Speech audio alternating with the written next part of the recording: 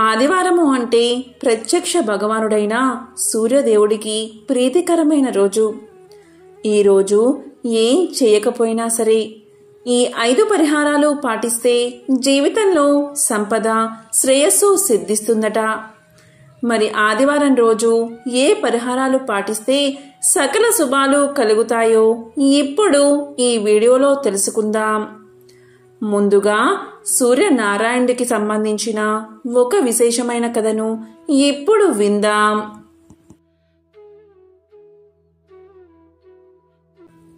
ఈ కథ బ్రహ్మ వైవత్ర పురాణంలోనిది. ప్రత్యక్ష దైవమైన సూర్యుడు సమస్త మానవాళికి జవజీవాలను కల్పిస్తున్నాడు. ఆ భగవానుడి వల్ల మానవులే కాదు, దేవతలు మేలు పొందారని పురాణాలు చెబుతున్నాయి. సూర్యుడు క్రియాశక్తి ప్రవృత్తి కిరణాలతో దేవతలను, పితృదేవతలను, మనుషుల్ని తృప్తిపరుస్తూ ఉంటాడు.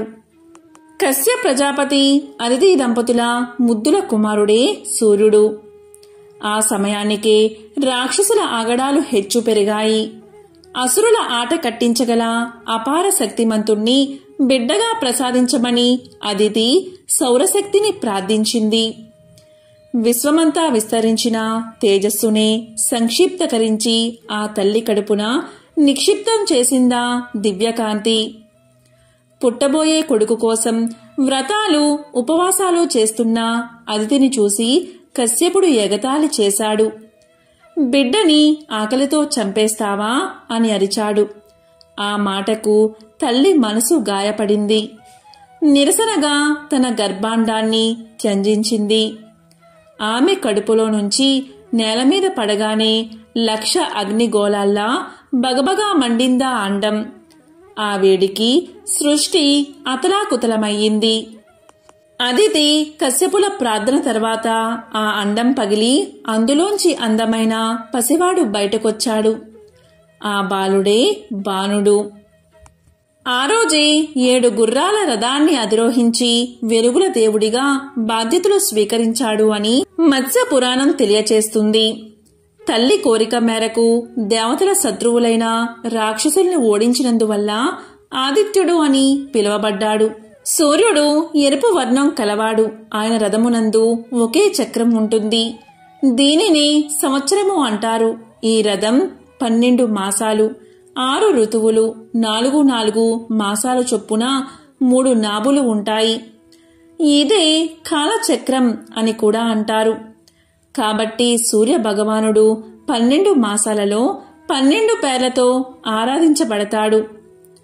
విశ్వకర్మ తన నైపుణ్యాన్నంతా గుదిగుచ్చి అగ్నిగోళం లాంటి సూర్యబింబాన్ని అరగదీసి కరగదీసి తాప తీవ్రతను తగ్గించాడు. ఆ అరుగుదల్లో పుట్టిన రేణువుల నుంచి విష్ణువుకు చక్రాన్ని, శివుడికి శూలాన్ని తయారు చేసిచ్చాడని పురాణ కథనం. ఖగోళ శాస్త్రం ప్రకారం సూర్యుడి వయస్సు 460 కోట్ల సంవత్సరాలు. దాదాపుగా సృష్టి వయసు కూడా అదే. సూర్య భగవానుడి రూపాలను 12గా, వారిని 12 ఆదిత్యులుగా ఆయా మాసాలలో ఆ రూపాల్లో పూజిస్తూ ఉంటారు. వాటిలో భాగంగానే కశ్య ప్రజాపతి కుమారుడు సూర్యుడని, వారిలో ఇక్ష్వాకుడు రాజైన కారణంగా ఇక్ష్వాకు వంశంలో రాజులందరినీ సూర్యవంశరాజులు అంటారని చెబుతూ ఉంటారు. సూర్యుడు వేసే ప్రతి అడుగు వేగానికి, కాలగమనానికి కొలబద్ద. మనం లెక్కించే సెకన్లు, నిమిషాలు, గంటలు, రోజులు, వారాలు, నెలలు, సంవత్సరాలకు ఆధారం సూర్యుడే. కాలమే వేద స్వరూపం అంటుంది వేదం. కాలం కంటికి కనబడదు, దైవమో అంతే. కానీ కాలానికి ప్రామాణికమైన సూర్యుడు మనకు కనిపిస్తాడు. అందుకే ఆయన్ని ప్రత్యక్ష దైవంలా కొలచి ఆది నారాయణుడిగా ఆరాధిస్తాం. భౌతిక, వైజ్ఞానిక దృష్టితో పరిశీలిస్తే సృష్టి, స్థితి, లయకారకుడు సూర్యుడు మాత్రమే. ఆయన వల్లే సమస్త ప్రకృతి చైతన్యమవుతుంది. సూర్యుడికి ఎంతో ప్రీతికరమైనది ఆదివార వ్రతం. సూర్యుడు అనంతమైన కిరణాలు కలవాడు, జగత్తుకు వెలుగు ప్రసాదించేవాడు, జ్యోతి స్వరూపుడు, దినరాత్రాలు ఏర్పరిచినవాడు. ఆయురారోగ్యాలు ప్రసాదించేవాడు, శుభాలను కలిగించేవాడు, ముల్లోకాలకు చూడామణి, దినాలకు మణి వంటివాడు. అతని పేరు మీద ఏర్పడిన రోజే ఆదివారం. ఆదివార వ్రతం చేయడం వల్ల అనంతమైన లాభాలు కలుగుతాయి. మరి దానికి సంబంధించిన పురాణ కథను ఇప్పుడు విందాం. పూర్వం ఉజ్జయిని నగరంలో ఒక అవ్వ ఉండేది. ఆమెకు ఎవరూ లేరు. దైవభక్తి పరారురాలు.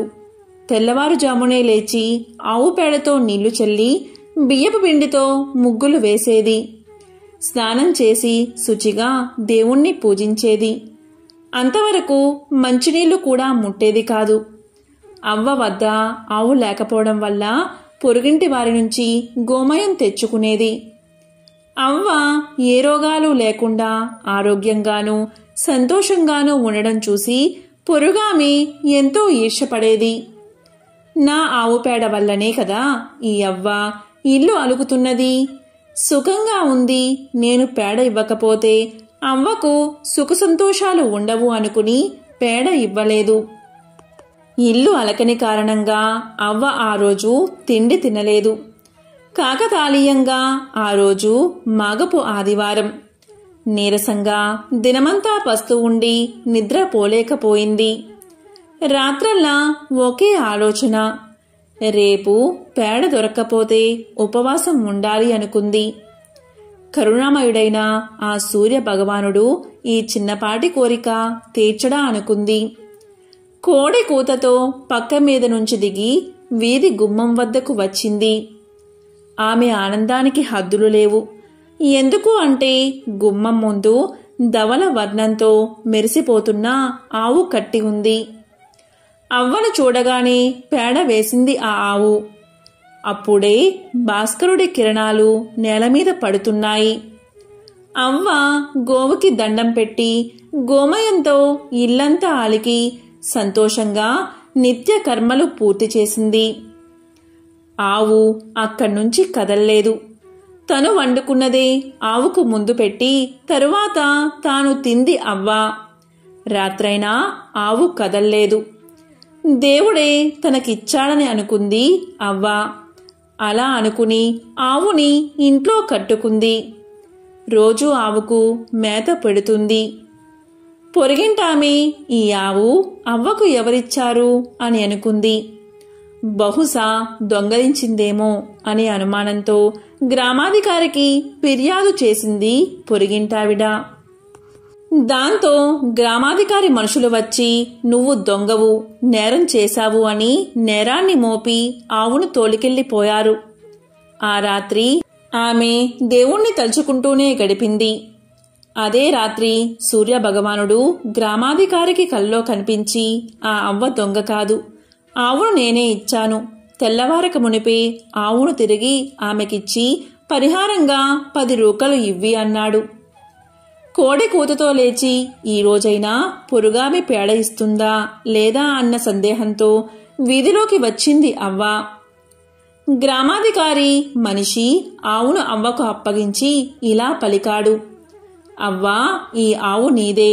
నష్టపరిహారంగా మా యజమాని 10 రూకలిచ్చాడు, తీసుకో అన్నాడు. దీంతో అవ్వ ఎంతగానో సంతోషించింది. ఆ సూర్య భగవానుణ్ణి వేవేల స్తుతించింది. అబద్ధం చెప్పిన పొరుగింటామెకు శిక్ష పడింది. ఆనాటి నుండి ఆ గ్రామవాసులు ఆదివార వ్రతాన్ని చేయడం మొదలుపెట్టారు. ఆదివారం ఈ వ్రతాన్ని ఆచరించడం వల్ల జన్మ జన్మల సంచిత పాపం నశించి అనంత పుణ్యం లభిస్తుంది. అంతేకాదు, రోగ భయాలు ఉండవు. సిరి సంపదలతో ఇల్లు కలకలలాడుతుంది. ప్రతి ఆదివారం ఏమీ చేయకపోయినా సరే ఆదిత్య హృదయాన్ని పఠించండి. ఆదిత్య హృదయం పరమ పవిత్రం. ఒక స్తోత్రరాజం వంటి మహామంత్రం. పాపాలను శాపాలను పోగొట్టి కష్టాలను తీర్చి ఆయుష్ను పెంచి అక్షర సాధనమే ఆదిత్య హృదయం. ఈ అమోఘమైన స్తోత్రరాజాన్ని శ్రీరామచంద్రుడికి అగస్త్య మహర్షి మంత్రాల వంటి మాటల్లో వివరించాడు. ఆరోగ్య భాగ్యమును సకల సంపదలను ప్రసాదించేవాడిగా ప్రత్యక్ష దైవంగా సూర్య భగవానుడి పేరు ప్రఖ్యాతి కాంచాడు. ఆదిత్య హృదయం మహాపవిత్రమైనది. దీనిని భక్తి శ్రద్ధలతో ఎల్లవెలలా పారాయణం చేస్తే ఇహలోకాన అన్ని రకాల సంపదలు, పరమున పుణ్యలోకాన్ని పొందుతారు. నిత్యం పారాయణం చేయలేకపోతే ఆదివారం పఠించినా చాలు. ఇలా చేస్తే న్యాయ వివాదాల్లో చిక్కుకుని కోర్టుల చుట్టూ తిరుగుతూ సతమతమయ్యేవారు దీన్ని పారాయణ చేస్తే దాని నుండి విముక్తి పొందుతారు. దరిద్రంతో బాధపడుతున్నవారు అనునిత్యం పారాయణం చేస్తే సకల అష్టైశ్వర్య సంపదలను పొందుతారు. అనారోగ్య రుగ్మలతో బాధపడుతున్నవారు ఆదిత్య హృదయాన్ని పఠిస్తే రోగాలు మాయమవుతాయి. నిరుద్యోగులు పారాయణ చేస్తే మంచి ఉద్యోగం లభిస్తుంది. విద్యార్థులు పారాయణం చేస్తే పరీక్షల్లో మంచి మార్కులతో ఉత్తీర్ణులవుతారు. ఆదిత్య హృదయం రామ రావణ సంగ్రామంలో వెలువడింది. రామరావణ యుద్ధం జరుగుతుంది. గొప్ప తపశక్తితో పరమశివుడి అనుగ్రహం పొందిన రావణుడు ధైర్యంగా శ్రీరాముణ్ణి ఎదుర్కొంటున్నాడు. రావణుణ్ణి ఎలా సంహరించడమా అని శ్రీరాముడు తీవ్రంగా ఆలోచిస్తున్నాడు. అమోఘమైన తపశ్శక్తి కలిగిన రావణాసురుణ్ణి వధించడానికి శ్రీరామునికి సఖ్యం కాలేదు. రావణుడు చావు లేకుండానట్లు అనేక వరాలు పొందడం వల్ల శ్రీరామునికి రావణాసుర వధ వీలు కాలేదు. శ్రీరాముడు ఎన్ని అస్త్రశస్త్రాలు ప్రయోగించినా రావణుడు చావలేదు. దీనితో శ్రీరాముడు ఎంతో బాధపడ్డాడు. ఈ యుద్ధాన్ని అంతరిక్షం నుంచి దేవతలు, గంధర్వులు, మహర్షులు మొదలైన వారంతా తిలకిస్తున్నారు. వారిలో అగస్త్య మహర్షి కూడా ఉన్నాడు. రావణుడి యుద్ధ తీవ్రత చూసి దిగులుతో ఉన్న శ్రీరాముడి సమీపానికి అగస్త్యుడు వచ్చి అతడి దైవత్వాన్ని గుర్తుచేసి ఆదిత్య హృదయ మంత్రాన్ని బోధించాడు. రామ రావణ యుద్ధాన్ని చూడడానికై దేవతలతో కలిసి అగస్త్య మహాముని శ్రీరాముణ్ణి చేరుకుని ఇలా పలికాడు. ఓ రామా, నీకు మహాపవిత్రమైన రహస్యాన్ని చెప్తాను. శ్రద్ధగా విను. దీనివల్ల నీవు యుద్ధంలో రావణుణ్ణి సులభంగా జయిస్తావు. మహాపుణ్యప్రదం, జయప్రదం, మంగళకరం, శుభకరం, సమస్త పాపాలను నశింపచేసేది, దీర్ఘ ఆయుష్ను కలగజేసేది అయిన ఆదిత్య హృదయాన్ని నీకు ఉపదేశిస్తాను. దీనిని నీవు భక్తి శ్రద్ధలతో పఠిస్తే యుద్ధంలో సులభంగా విజయాన్ని సాధిస్తావు అని చెప్పి మంత్రాన్ని ఉపదేశించాడు. బ్రహ్మ మొదలైన సమస్త దేవతలు అనగా బ్రహ్మ, విష్ణువు, శివుడు, కుమారస్వామి, 9 ప్రజాపతులు, దేవేంద్రుడు, కుబేరుడు, మృత్యువు, యముడు, చంద్రుడు, సముద్రుడు అను వీరందరూ ఇతనే. పితృదేవతలు, అష్టవసువులు, సాధ్యులు, అశ్విని దేవతలు, మరుత్తులు, మనువు, వాయువు, అగ్ని మొదలగు వారిలో సూర్యుడే అంతర్యామి అయి ఉన్నాడు.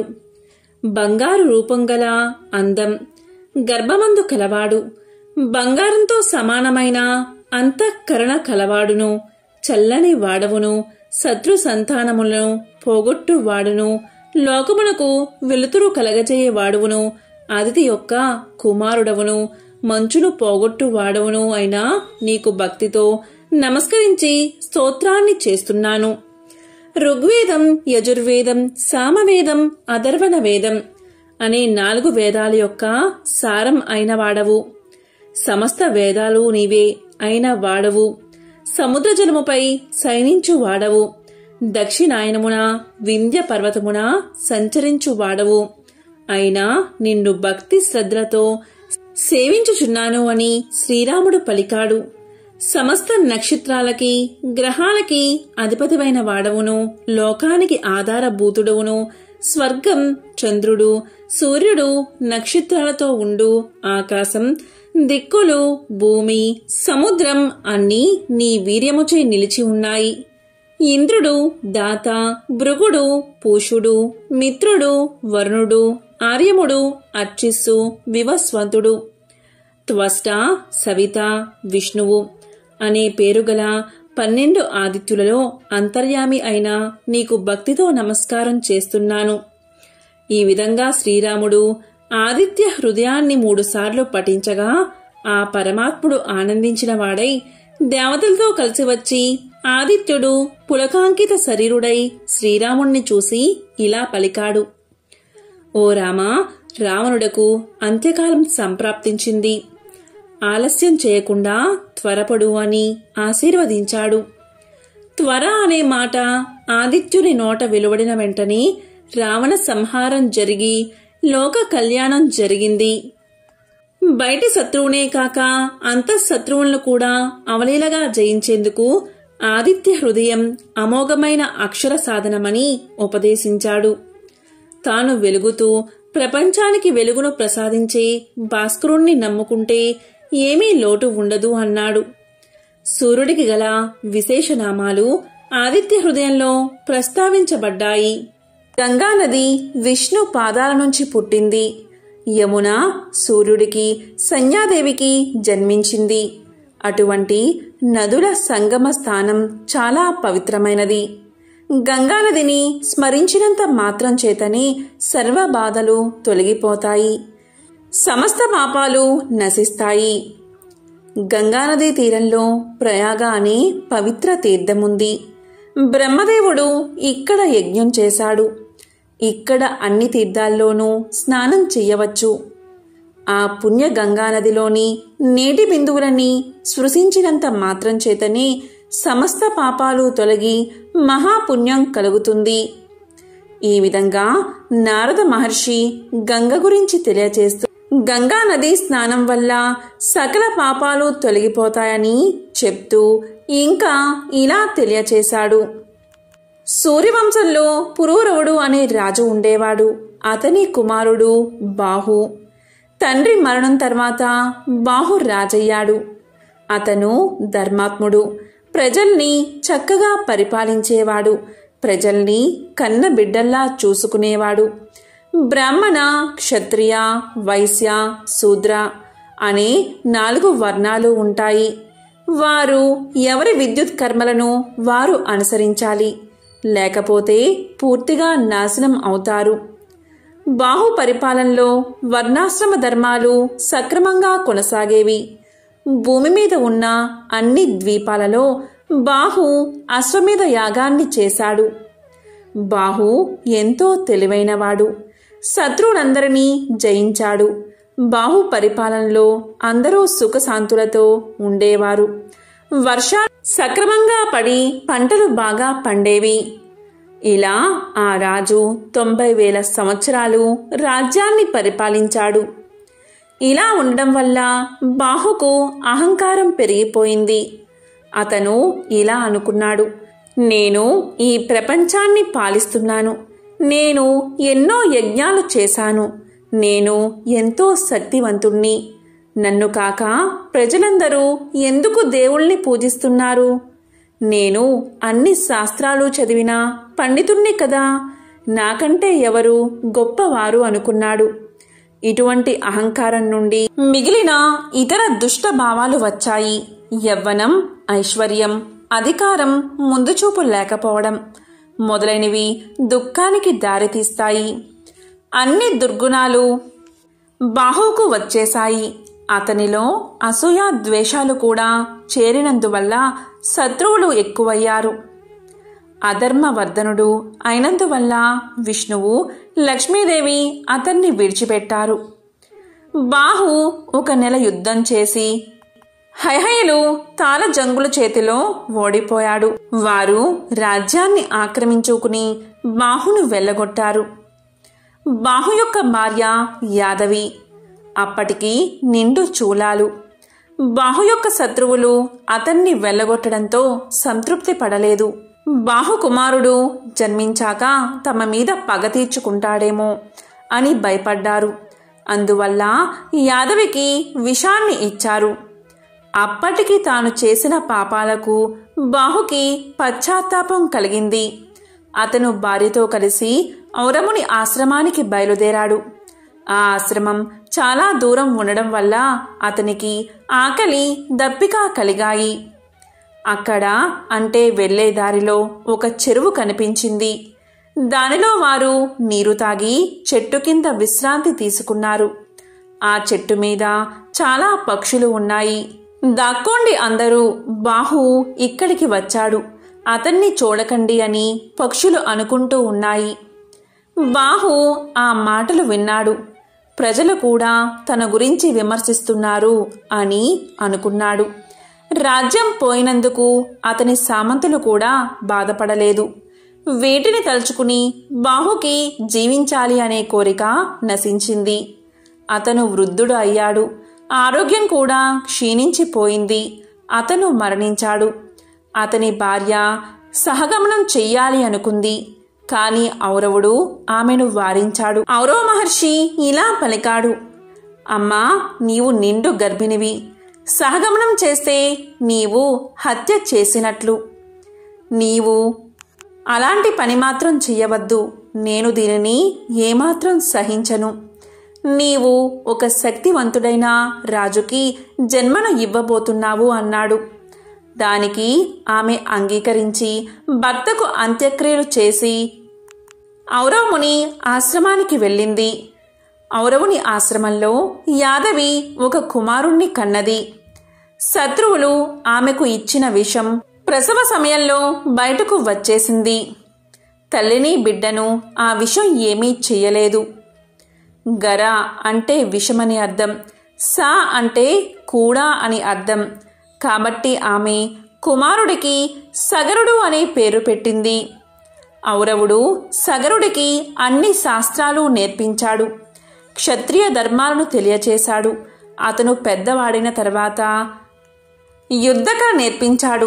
సగరుడు న్యాయవంతుడు, ధైర్యవంతుడు అయ్యాడు. తరువాత సగరుడు తల్లిని ఇలా అడిగాడు, నా తండ్రి ఎక్కడున్నారు? అసలు నా తండ్రి ఎవరు? తండ్రి లేని జన్మ ఎందుకు? దయచేసి నా తండ్రి ఎవరో చెప్పు అని తల్లిని అడిగాడు.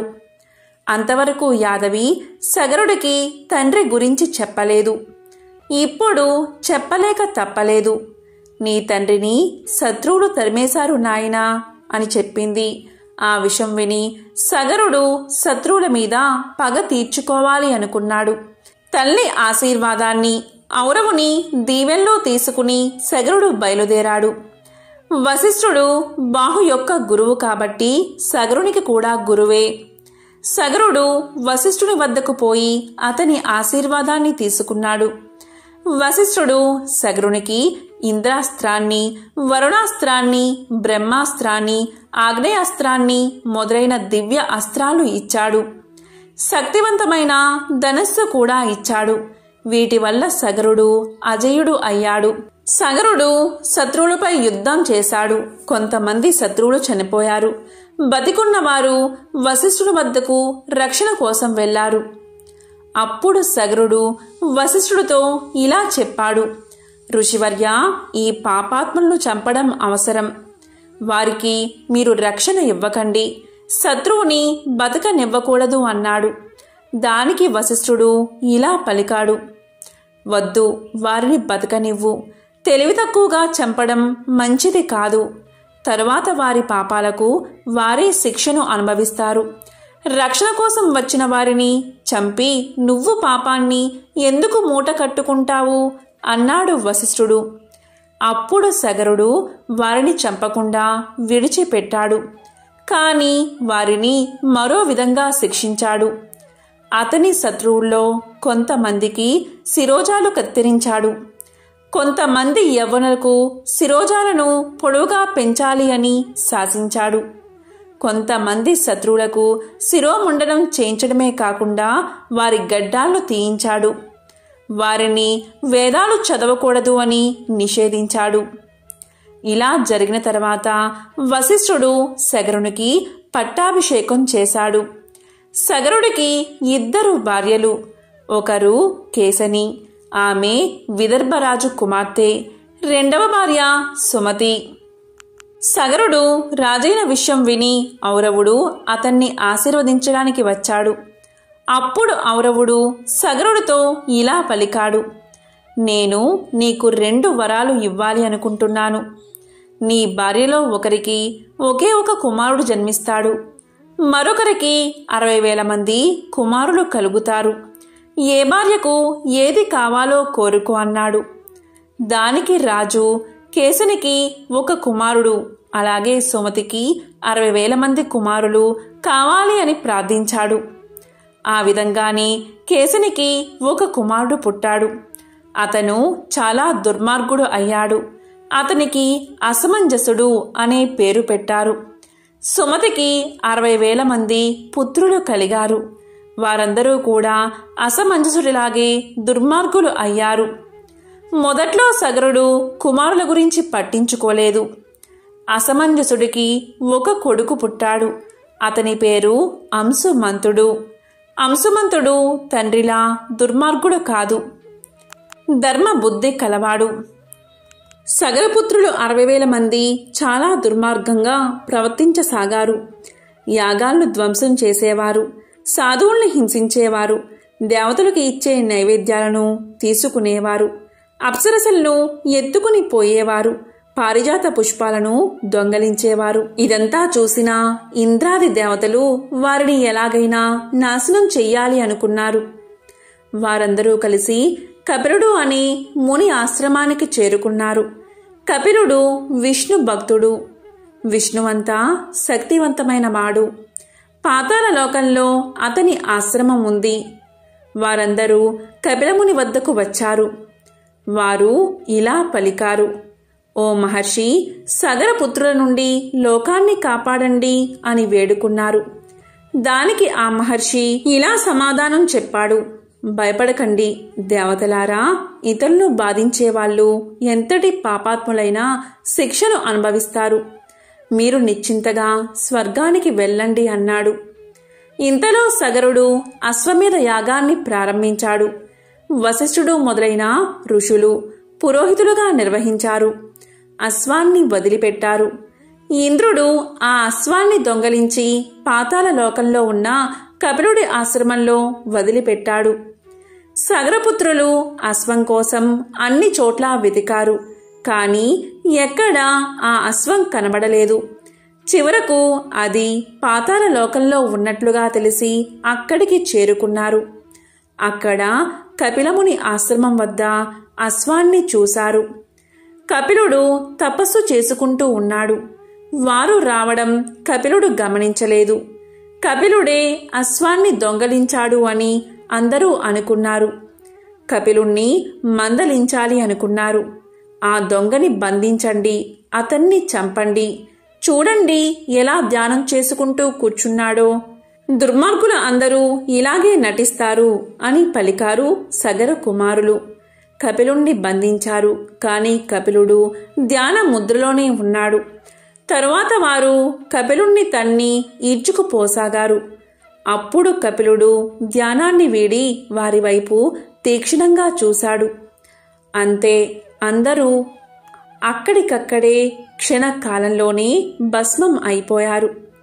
ఆ కపిలుడి కోపానికి చుట్టుపక్కల ఉండే పాములన్నీ ఆ వేడికి తట్టుకోలేక సముద్రంలోకి పారిపోయాయి. ఈ విషయాన్ని నారద మహర్షి సగరుడికి జారవేశాడు. కాని సగరుడు కొంచెం కూడా బాధపడలేదు. దుర్మార్గులైన తన కొడుకులు చనిపోయారని సంతోషించాడు. కాని అశ్వమేధ యాగం పూర్తి కావాలి అంటే గుర్రాన్ని తీసుకురావాలి. పైగా పుత్రులు లేనివారు యజ్ఞాన్ని చేయకూడదు. సగరుడు అంశుమంతుణ్ణి దత్తత తీసుకున్నాడు. గుర్రాన్ని తెమ్మని పంపించాడు. అప్పుడు అంశుమంతుడు కపిలుడి ఆశ్రమానికి వెళ్ళాడు.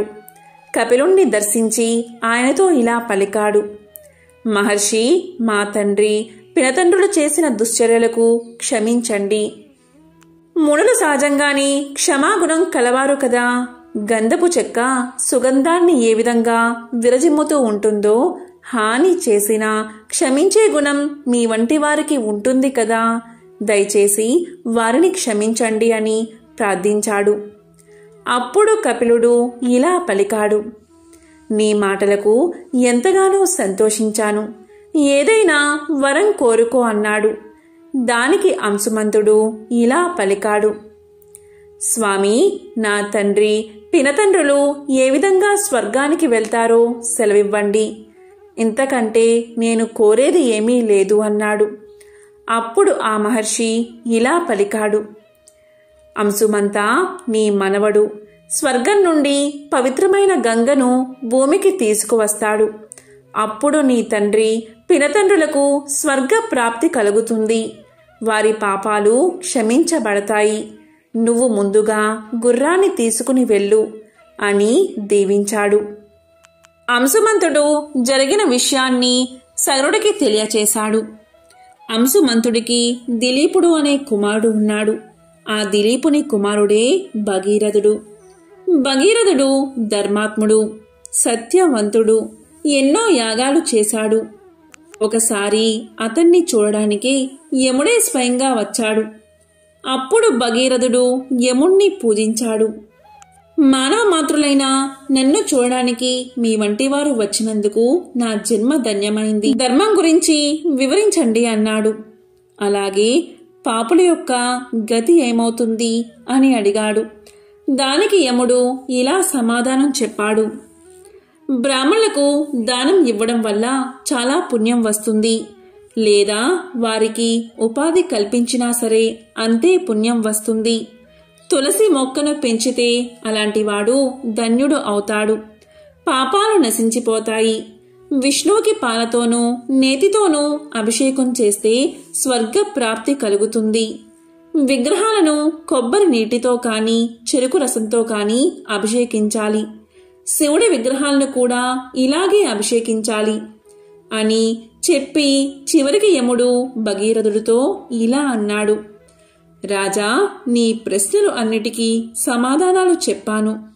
ధర్మంగా ప్రవర్తించి అభివృద్ధి చెందు, ప్రజల్ని బాగా పరిపాలించు, విష్ణు భక్తిని కలిగి ఉండు. కానీ శివకేశవులకు భేదం లేదని గ్రహించు. నీ పూర్వీకులు పాపాత్ములు, వారు నరకంలో నానా బాధలు పడుతున్నారు. వారి భస్మాలపై గంగానది ప్రవహిస్తే వారికి ముక్తి కలుగుతుంది. నీకు ఇవే నా ఆశీస్సులు అని ఆశీర్వదించి అంతర్ధానమయ్యాడు యముడు. అంతా విన్న భగీరథుడు గంగను భూమి మీదకు తీసుకురావడానికి గోదావరి తీరానికి వెళ్లి తపస్సు చేయడం మొదలుపెట్టాడు. అక్కడ భృగు మహర్షి ఆశ్రమం ఉంది. అతని ఆశ్రమం చుట్టూ అనేక రకాల వృక్షాలు, పువ్వులు ఉన్నాయి. ఆ అడవిలో వన్య మృగాలు ఉన్నాయి. అనేక రకాల పక్షులు, నెమళ్ళు ఉన్నాయి. అప్పుడు భగీరథుడు ఇలా అన్నాడు. మహాత్మా, మీరు ధర్మశాస్త్రాలు తెలిసినవారు. విష్ణుమూర్తిని ప్రసన్నం ఎలా చేసుకోవాలో తెలియచేయండి అన్నాడు. దానికి భృగువు ఇలా పలికాడు. రాజా, నీవు సత్యవంతుడివి. అందుకే నీవు నీ పూర్వీకులకు విముక్తి కలిగించాలి అనుకుంటున్నావు. సజ్జన సాంగత్యం చెయ్యి, అసత్యం పలకకు, హింసను విడనాడు, విష్ణువును ప్రార్థించు, నీకు పుణ్యం లభిస్తుంది అని చెప్పాడు. అప్పుడు భగీరథుడు ఇలా అడిగాడు. అసలు మహర్షి, సత్యం అంటే ఏమిటి? అహింస అంటే ఏమిటి? విష్ణువుని ఎలా ప్రార్థించాలి? నన్ను మీ కొడుకుగా భావించి నా ప్రశ్నకు సమాధానం చెప్పండి అన్నాడు. దానికి ఆ భృగు మహర్షి ఇలా సమాధానం చెప్పాడు. మతానికి విరుద్ధం కాని వాటిని చెప్పడమే సత్యం. ఇతర జీవులకు హాని కలిగించకుండా ఉండేది అహింస. ఇతరులను శత్రువులుగా భావించేవారు, మతానికి విరుద్ధంగా ప్రవర్తించేవారు మందబుద్ధులు, పాపాత్ములు. అలా చేయనివారు సజ్జనులు. వారు వేదాలను అనుసరిస్తారు. ధర్మబద్ధమైన పనులను సజ్జనులు చేస్తారు. ఇతరులకు మేలు చేస్తారు. వారికి పుణ్యం లభిస్తుంది. విష్ణువును పూజించడానికి ప్రత్యేకమైన విధానాలు ఏమీ లేవు. ఎందుకు అంటే విశ్వమంతా విష్ణువు వ్యాపించి ఉన్నాడు. సర్వజీవులు విష్ణు యొక్క అంశలే అనే భావాన్ని కలిగి ఉండాలి అని చెప్పాడు భృగు మహర్షి. ఈ మాటలన్నీ విన్న తర్వాత భగీరథుడు భృగు వద్ద సెలవు తీసుకుని తపస్సుకై అడవులకు వెళ్ళాడు. కొంతకాలం అడవిలో తపస్సు చేసిన తర్వాత హిమాలయాలకు వెళ్ళాడు.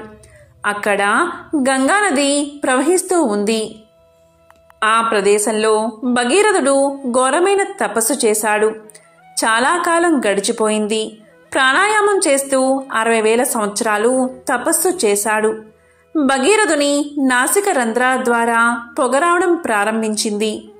అప్పుడు దేవతలు భగీరథుడి తపస్సుకి భయకంపితులు అయ్యారు. అతను వరాన్ని పొంది తమను స్వర్గం నుంచి గెంటి వేస్తాడు అనుకుని అతని తపస్సుకు భంగం చెయ్యాలి అనుకున్నారు. వారు క్షీరోద అనే మహాసముద్ర ప్రాంతానికి వెళ్ళి విష్ణువును ప్రార్థించారు. అప్పుడు విష్ణువు ప్రత్యక్షమై భగీరథునికి అటువంటి దురుద్దేశం లేదని దేవతలకు చెప్పి భగీరథుడికి సాక్షాత్కరించాడు శ్రీ మహావిష్ణువు. అప్పుడు మహావిష్ణువు ఇలా పలికాడు, భగీరథ, నువ్వు నీ పూర్వీకులకు స్వర్గప్రాప్తి కలిగించాలి అనుకుంటున్నావు. శివుడికి నాకు భేదం లేదు. శివుణ్ణి ప్రార్థిస్తే నీ కోరిక తీరుతుంది అన్నాడు. అప్పుడు భగీరథుడు విష్ణువు మాటపై శివుణ్ణి ప్రార్థించాడు. అప్పుడు శివుడు ప్రత్యక్షమయ్యాడు. భగీరథ, నీ తపస్సుకు మెచ్చాను. ఏం వరం కావాలో కోరుకో అన్నాడు. అప్పుడు భగీరథుడు, ప్రభు, నా పూర్వీకులకు సద్గతి కలిగించాలి అని కోరుకుంటున్నాను. కాబట్టి గంగను భూమి మీదకి రప్పించండి అన్నాడు. అప్పుడు శివుడు వరాన్ని ఇచ్చి అదృశ్యమయ్యాడు. వెంటనే గంగ బయలుదేరింది. అందువల్ల గంగకు భాగీరథి అనే పేరు వచ్చింది. భగీరథుడు గంగను కపిలముని ఆశ్రమానికి తీసుకువచ్చాడు. అతని పూర్వీకుల భస్మాల మీదుగా గంగను ప్రవహింపచేశాడు. దీంతో భగీరథుని పూర్వీకులకు స్వర్గ ప్రాప్తి కలిగింది. ఇదే గంగానది మహత్యాన్ని తెలిపే ఒక విశేషమైన కథ. ఎంతో పవిత్రమైన ఈ కథను విన్నా, చదివినా, చెప్పినా, వినిపించినా సకల శుభాలు కలుగుతాయి. ఓం నమః శివాయ. ఓం నమో నారాయణాయ. ఓం సూర్యాయ నమః.